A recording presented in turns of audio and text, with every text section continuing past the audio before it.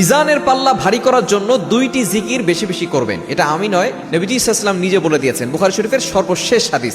নবীজি সাল্লাল্লাহু আলাইহি ওয়াসাল্লাম একবার সাহাবীদেরকে সামনে রেখে বলছেন, ও আমার সাহাবীরা, কালিমাতান হাবিবাতান ইলা রহমান, দুইটা বাক্য এমন আছে হাবিবাতান ইলা রহমান, যেটা রহমানের কাছে, আল্লাহ পাক রব্বুল আলামিনের কাছে সবচেয়ে বেশি প্রিয়।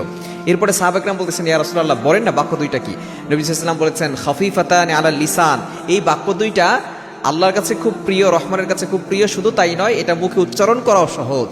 শুধু তাই নয়, সাকিলাতান ফিল মিজান, মিজানের পাল্লা সবচেয়ে বেশি ভারী করবে দুইটা বাক্য। তখন সাহাবা একরাম বলেন, ইয়া রাসূলুল্লাহ, ইয়া হাবিবাল্লাহ, বাক্য দুইটা বলেন না। নবী সাল্লাল্লাহু আলাইহি ওয়াসাল্লাম বলছেন, বাক্য দুইটা হচ্ছে সুবহানাল্লাহি ওয়া বিহামদি সুবহানাল্লাহিল আযীম, সুবহানাল্লাহি ওয়া বিহামদি সুবহানাল্লাহিল আযীম। যে যত বেশি এই বাক্য দুইটা পাঠ করবে, তার মিজানের পাল্লা তত বেশি ভারী হবে।